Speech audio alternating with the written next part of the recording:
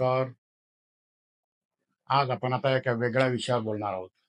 तो वेगळा विषय आहे शेतकरी वर्ग आणि शेतीविषयकचे खटले आणि त्याचे कागद. शेतकरी हा शेतीची जीवापाड मेहनत करतो, परंतु शेत जमिनीच्या कागदपत्रांबाबत मात्र त्याला फारशी माहिती नसते. आणि त्याच्यामुळे मग ज्या वेळेला खटला निर्माण होतो, त्यावेळेला मग कागदपत्रांची धावपळ सुरू होते आणि मग त्याची मध्यस्थांची साखळी, दलाल त्याचं शोषण करत असतात. हे सर्व थांबवण्यासाठी शेतकरी वर्गाला सातबारा आणि शेतीचे कायदे ह्याबाबत कायद्याचे जुजबी ज्ञान असणे अत्यंत आवश्यक आहे. हे जुजबी ज्ञान देण्याचं काम आम्ही सातबारा आणि शेतीविषयक शेत जमिनीचे कायदे या पुस्तकाच्या माध्यमातून केलेलं आहे. हे पुस्तक अतिशय साध्या व सोप्या भाषेत असून या पुस्तकामध्ये सातबारा, शेतीचे कायदे, त्याचबरोबर पूल, शेत जमिनीचा रस्ता, जमिनीची मोजणी, त्याचबरोबर शेतकऱ्यांसाठी लागणारे विविध प्रकारचे दाखले, भूसंपादन, विविध प्रकारच्या परवानग्या, त्याचबरोबर जमीन मोजणी, अशा प्रकारच्या असंख्य बाबींची माहिती दिली आहे. शेत जमिनीबाबत वाद निर्माण होऊ नये यासाठी शेतकऱ्याने काय काळजी घ्यायला हवी याची देखील माहिती या पुस्तकामध्ये आहे.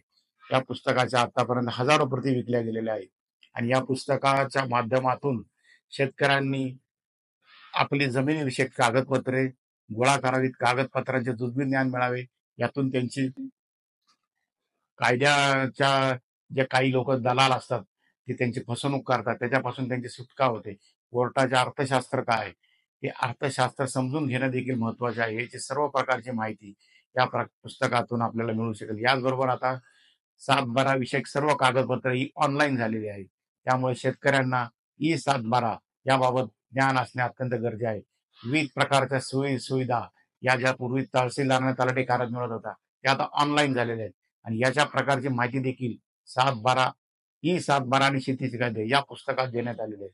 त्यामुळे सातबारा शेतीचे कायदे आणि ई सातबारा शेतीचे कायदे ही दोन्ही पुस्तकं शेतकऱ्यांनी विकत घ्यावी. ही दोन्ही पुस्तकं पुण्यातील अप्पाबळवंत चौकात अजित लॉ बुक मध्ये उपलब्ध आहेत.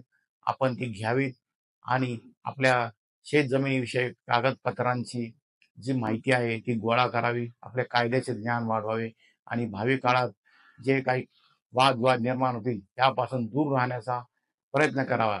शेतकऱ्यांच्या फायद्यासाठी आणि त्यांच्या हितासाठी लिहिलेले पुस्तक आहे. त्याची किंमत देखील अत्यल्प आहे. त्यामुळे शेतकऱ्यांनी हे पुस्तक निश्चित विकत घ्यावे ही नम्र विनंती.